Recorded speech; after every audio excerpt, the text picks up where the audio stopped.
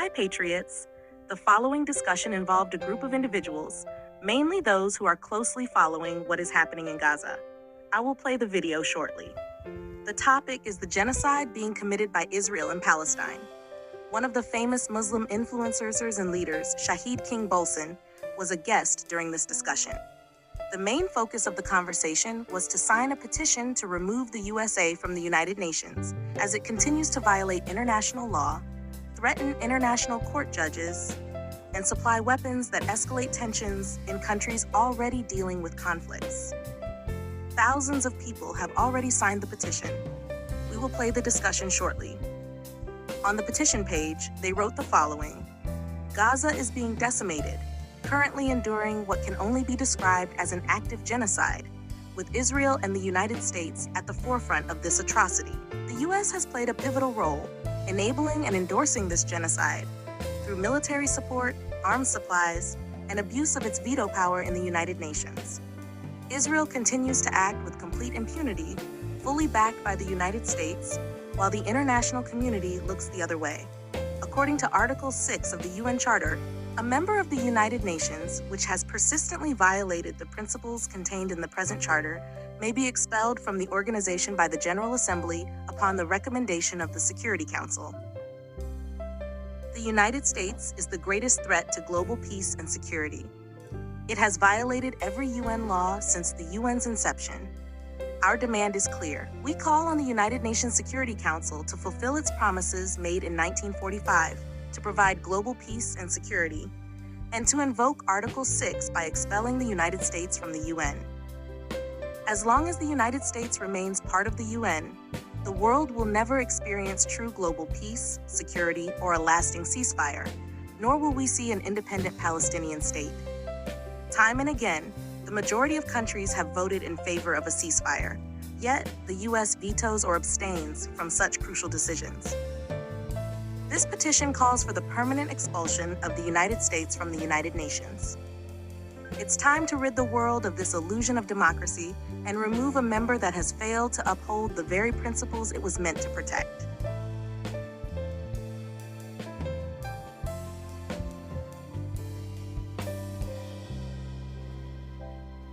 Is something that they want to be proud of. It's kind of like when you have a sports team that wins, and you like to pretend that we won when the sports team wins, and when you actually got nothing out of it whatsoever.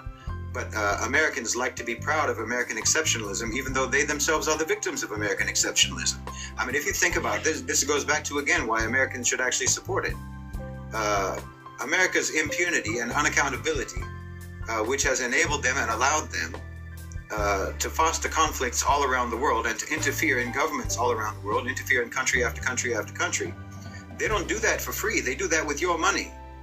They do that with billions and billions of dollars of your tax money that's not going to your infrastructure, that's not going to your health care, that's not going to your schools, that's not going to your children, that's not going to anything that helps you at all.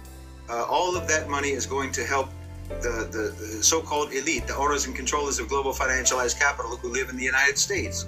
All of that money is not beneficial to you in any way, except that it's making the rest of the world hate you.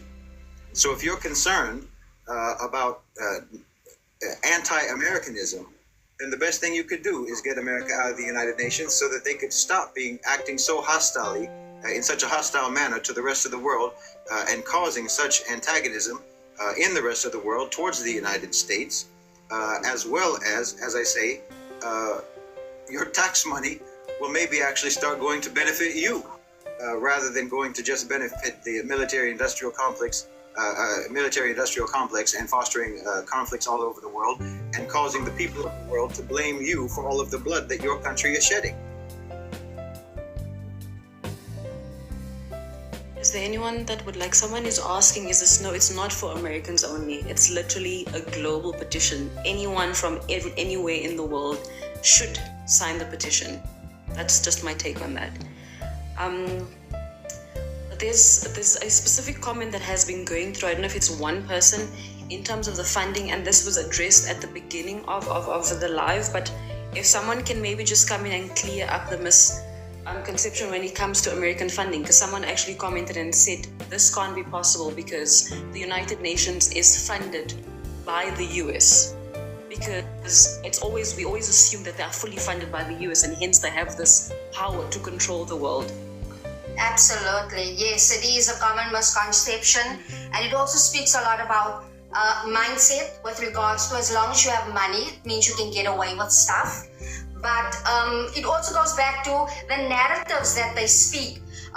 What we mentioned earlier in the live with regards to the funding is that based on the United States of America's GDP, they are meant to contribute 27% of the peacekeeping budget.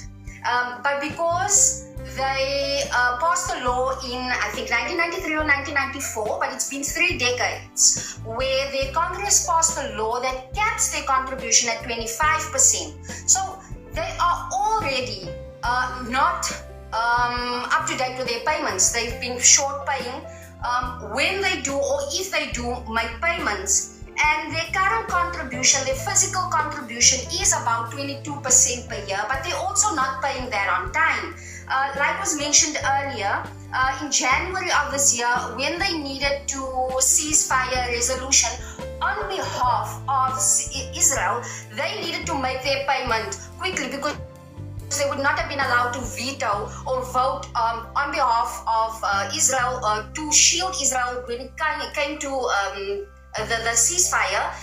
So they made their payment quickly, showing and demonstrating how they use narrative to prop them up as the most powerful nation on earth. We mentioned the Hollywood factor, by spreading narratives about themselves that they also eventually believe about themselves. But at the end of the day, they are in arrears, they're short paying, they're not paying, and when they do pay, it is to do things such as vetoing ceasefire resolutions in G-sides against people that are currently being brutalized by the arm of who they are, the colonizing arm. So that is what they do with the funding. They are not the number one contributor. Lisa, I just have a question. When it comes to, I know that you mentioned that they need to get a 2/3 majority when they vote in the UN Assembly. Am I correct in saying that? In the General Assembly, yes. General Assembly, yes. So I remember when they voted, the General Assembly voted the first time where it was, I think it was for Palestine to be recognized as a state. They got about 143, which is a 2/3 majority. And then recently it was the vote for Israel to evacuate the Palestinian occupation, right? And they got about 123, which, if I'm not mistaken, I don't know what the calculation is, if that is a 2/3 majority. But based on those numbers, I don't think it is impossible, if that is how the members of the UN have voted thus far. The most important thing is to do what is required of us as citizens globally that believe in human rights and everyone having an equal say in partaking in this so-called international law. So please sign the petition.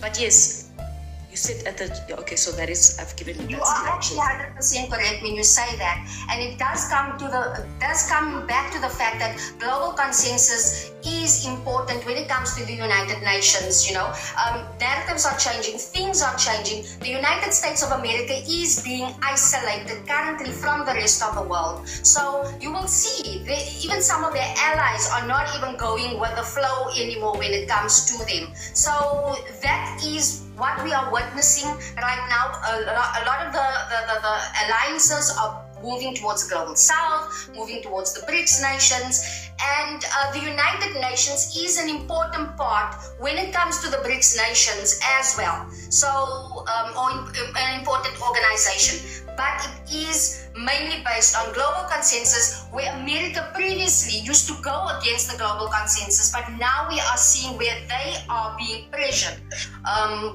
to act equally with the rest of the world.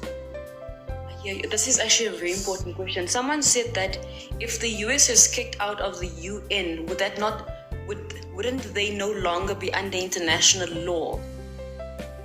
Is that true? Do you need to be ratified to the United Nations in order for you to comply to international law? No, you don't have to.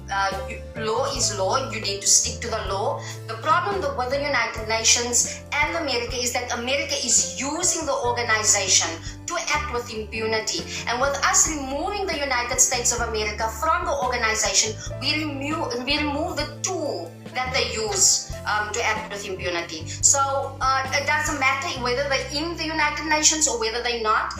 They must act within the international law. They just won't be allowed to not be held accountable anymore, because the United Nations currently is the organization granting them that ability. Yeah, if the U.S. is expelled from the United Nations, they won't stop being under international law. They will stop being above international law, because that's what they've been able to achieve by their domination of the United Nations. Of course, they will still be obligated to all of the treaties and all of the agreements and documents that constitute international law, but by expelling them from the United Nations, they can actually finally be held accountable to all of those documents and agreements and treaties and so forth. I think I just wanted to add the fact that we saw 3 ceasefire resolutions being passed with overwhelming majorities in the General Assembly is kind of proof enough to show that the global consensus has shifted away from this ideology that Israel has a right to defend itself, and especially now that the ICJ has come out to say that Israel is actually illegally occupying Gaza and saying that the Palestinian people have the right to armed resistance, but Israel doesn't have the right to self-defense.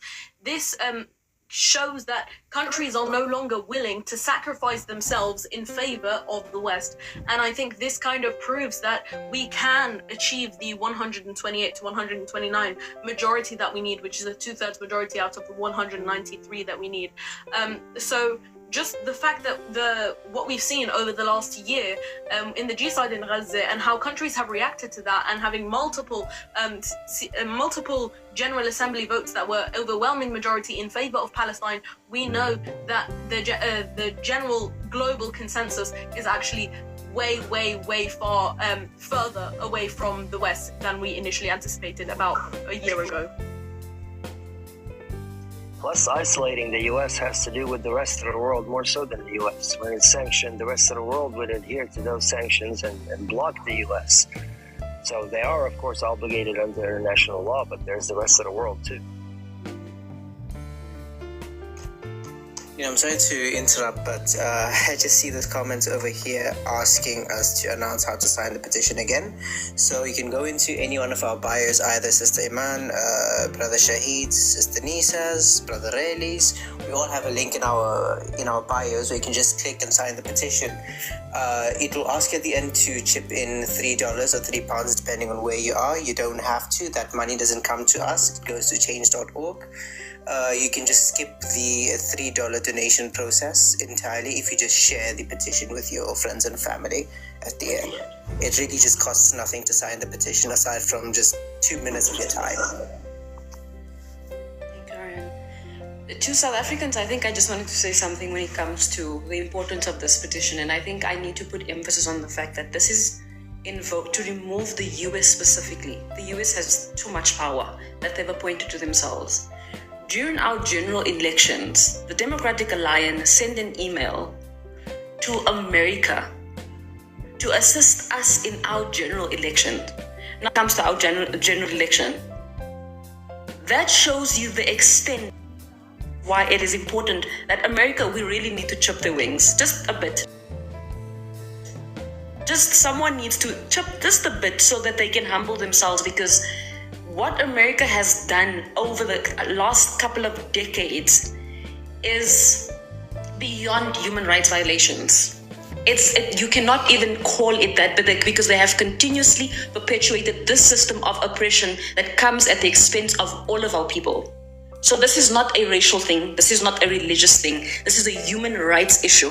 And it's something that we all need to partake in, because we all understand how much power America has assigned to itself, not even by us, to itself. And that's something that we can partake in. So when we say, when you look at Constitution, South Africa's Constitution says, we the people. As the global, as citizens of the globe, it's the one thing that you always need to remember, that when it comes to power, no one has power until we give them that power. There is no country that has power without the people, and it is important that we continuously remind each other of how much power we have as individuals, and most importantly, as a collective, when we have a common goal. And right now, the common goal is to save humanity. The common goal is to remove America as a dominant force that comes at the expense of oppressing our people. That to me is the most important thing of invoking Article 6. Very important. Just needed to say that. Nisa, is there anyone else?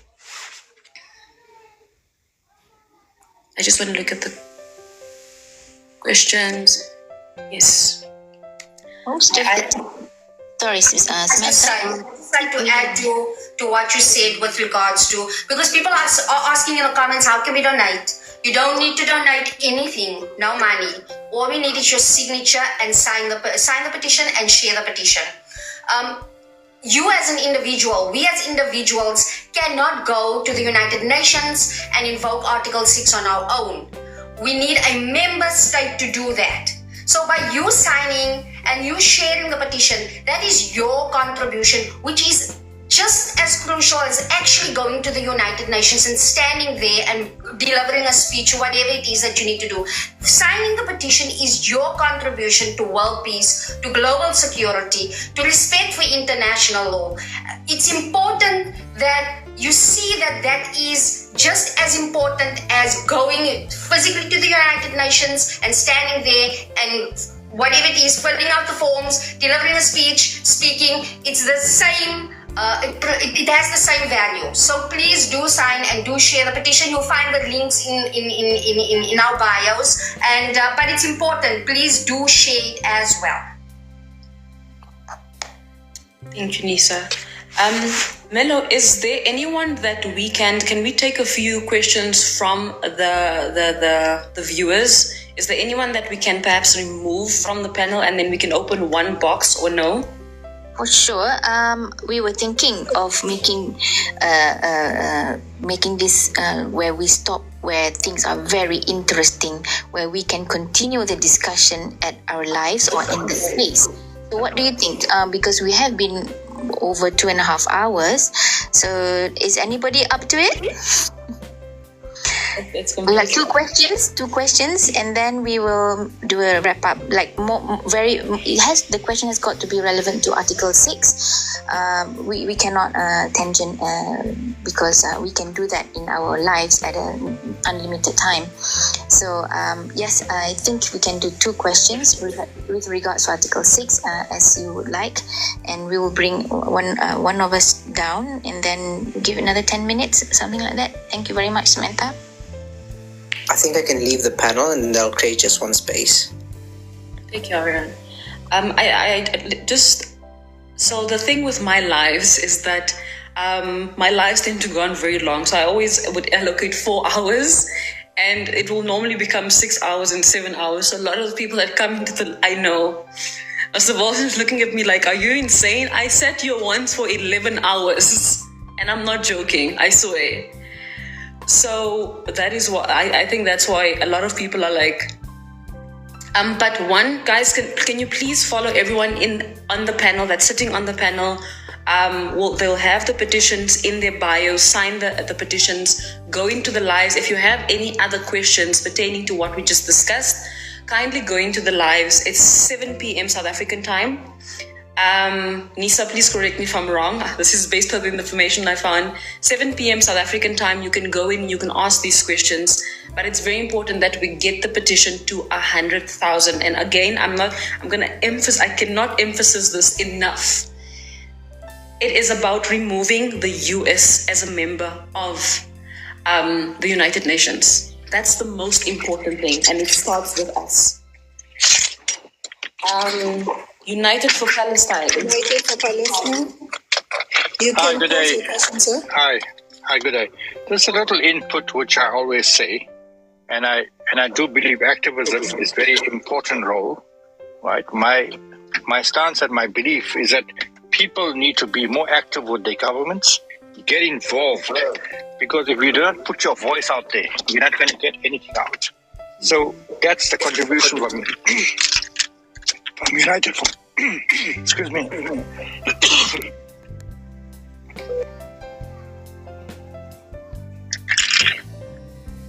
Are you still there? Yes, yeah, sorry. Okay. We just lost him. So I think we'll finish at 3. I just wanted to just 1 minute, ask a question. It needs to pertain to Article 6, please, guys, and then we will wrap it up by 3.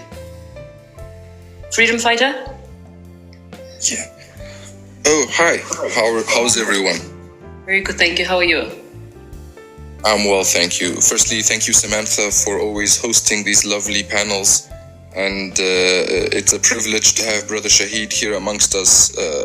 Sir, it's always a pleasure to hear your opinions and your analysis of all that is going on. May Allah give you the protection and a long life of speaking truth. In regards to the Article 6, I'm not trying to knock the wind out of this movement, and it has to continue. But my question is, are we not, by always focusing on diplomatic solutions that are never respected by the West, are we therefore fighting a losing battle? Should we not be decentralizing our efforts against imperialist states and their objectives by spreading their attention, by causing a bit more, I don't want to use the word harassment, but I mean create discomfort for their members and their supporters throughout the world. In South Africa, Cape Town, we have a heavy Zionist presence. If this Zionist presence feels uncomfortable, this affects the people back in occupied Palestine. We cannot rely on the Americans or the imperialists to respect our calls to human dignity. They have shown blatantly that this is not a concern to them on any level. Every veto, despite the facts presented to them, they insult our intelligence and proceed to veto anyway. The other matter is we can't ignore that this United States has a massive military budget which reflects in its ability to manipulate not only military related actions but also diplomatic. We've seen it applied to ICC, the under the table pressure applied to Mr. Khan, who's asking for the arrest warrant of Netanyahu and Yoav Gallant.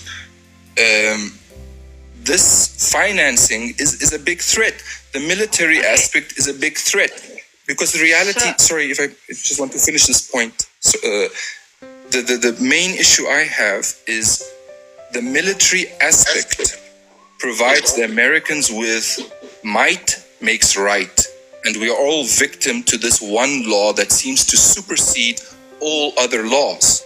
I mean, can someone give me an example where international law... You've practically answered your own question. That's what I wanted to say. You've practically answered your own question, especially in the beginning part, when you said, well, they're not going to respect what we say because, you know, they're going to veto this, and why would we centralize the imperialist ideologies and everything in the middle? Well, you're answering it yourself because as civilians... there is a limited amount of things you can do, right? If we protest on the streets, they allow you to protest on the streets.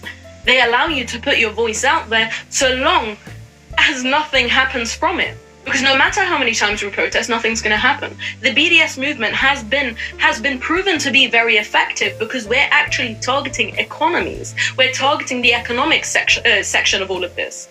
And then when we talk about the fact that we want to remove the United States from the United Nations, we are not centralizing the imperialists in the middle and making sure that they have more power. In fact, we're doing the quite literal opposite.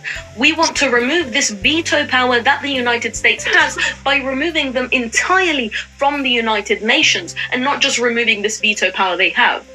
We are not just saying, oh, we don't like what America is doing and stuff like that. If we speak like this and we don't actually take action, it makes no sense whatsoever. And talking about the military-industrial complex and the fact that the US funds 40% of it, they would no longer be able to do this if they are no longer in the United Nations, because they can no longer authorize their war crimes and the war crimes of their allies through the abuse of the United Nations and the abuse of the veto power. And the reason why we don't remove Israel from the United Nations is because the US can immediately veto that in the Security Council, and Israel isn't the problem. The Zionists are not the problem. They are a problem, but the biggest problem in the entire world that we've seen over the last 80 years has been the United States of America, because of their unilateralism. We need to remove this US hegemony, and what we're doing has proven to be effective, because like Brother Shahid said, he said some people in the United Nations have thanked him for this. Meaning that what we're doing is not on a civilian level, what we're doing is on a diplomatic level, and working on a diplomatic level doesn't require respect. It does not require respect, like you said. They won't respect what we say. It requires action, and it requires that we work together to be able to remove this hegemonous state from the entire world, to be able to stop them from doing what they're doing in the entire world, to stop them from creating this mask of Zionism, saying, well, Zionism is the problem, and putting all the blame on Jewish people as they're doing right now. We know that the problem is them, their white supremacist megalomaniac ideology, and that's what we need to remove from their own exceptionalism across the entire world. I mean, I would also say you need to understand what Zionism is and what the Zionists are and what Israel is. It's just the Jewish brigade of Western imperialism. Don't think of the Zionists as being something distinct or some powerful force. They're just a brigade of Western imperialism. So if you want to resolve the issue in Palestine, you want to resolve the conflict between the Palestinians and the so-called Israelis, the only way to do that is to go directly to the source of the problem, which is the United States. And again, as Sister Iman said, and as we've said repeatedly throughout this program, everything that you're talking about, even the military power and so forth of the United States, all of this is only they're only able to use this power. They're only able to inflict upon others this power and threaten others with this power because of their impunity. And their impunity is based exclusively upon their control of the United Nations, so that they can operate above the law and never be held to account. So expelling them from the United Nations enables that body to hold them to account and impose punitive / rehabilitative measures on the United States to actually make them act right on the global stage. There's not another way. I'm not really even sure what you were talking about in terms of decentralization. This sounds like a lot of theory to me that doesn't actually, it doesn't sound very coherent to me. If you're talking about decentralizing and so forth, I'm not sure how countries in the world, countries in the global south, and activists in the global south, not operating with solidarity, but acting in a decentralized way, which is just another way of saying not in solidarity and not in unity. I'm not sure how that would be against the interests of those who want to dominate them. Thank you, Mr. Martin. One last question, and then we'll go. LOCD, can you ask your question, please? Hey, I'm sorry. I'm just coming into this conversation, and as an American, I'm just trying to understand, which is why I've been asking so many questions, but oh my God. So if the U.S. is taken out of the UN, what if, I heard you guys saying that they can veto everything because they're one of the founders and that the money is the influence and stuff like that. Would that work? Would taking us out the UN work? I'm worried about what we do as a country too, and we see it here as living here, and we see that the monolithic thought process and the white supremacy, we see it, and we also see it across the world. As a Black American, I can't really travel without feeling it, and I'm just wondering if it's going to actually do anything. Yes, I'll take that question. Absolutely. It would affect every single person on the planet, including the United States of America. I noticed you mentioned that you weren't here for the entire live, but we did discuss violations internationally, violations domestically. Currently, the United States of America is using the United Nations as a tool to commit crimes across the globe, including within America, with impunity. They use the organization to get away with the crimes. Now, if you remove that tool that allows them to get away with a crime and you hold them accountable for what they are doing, they will stop. With the world now moving and isolating the United States of America, and the world is upshifting towards alliances within the global south, within BRICS nations, that is huge on global peace and security, and that is huge on upholding the principles of the United Nations. You will find that global peace and security is not something that we just talk about. It is possible because the United States of America would use the organization for peacekeeping operations, which we all know are not peacekeeping operations. That's just a name. When it comes to them using it within the countries where they are plundering resources, where are they abusing the people? Those peacekeeping nations are the opposite of what they are saying. So, and they do that using the United Nations. So removing them from the organization, they will not be allowed to do that. There would be no peacekeeping organizations anymore. And there would not be all these crimes being committed in the name of peacekeeping, when in fact it is that they are the biggest enemies of peace. So yes, it will be effective. It will be, and it will lead to global peace, global security, where all other member states have an equal say, and there isn't just one country that believes that they are above the law. Just to add one quick thing, he asked how would that work with the veto power. There's an article in the United Nations Charter, Article 27, which will force the U.S. to abstain from that vote because the matter pertains to them. Someone added Faraz. Yes, I'm so sorry. I know that it was supposed to be the last question. I don't know why I'm up. Do you have time for me or I cannot? Sorry, Sammy, I added him because I saw on the comment section, he had a lot of questions. It's just that there were a lot, but I could not take all of them down. So, and I also did not have a chance to share his questions. Like he dropped is always in our lives. He's in every single one of our lives. He's always here.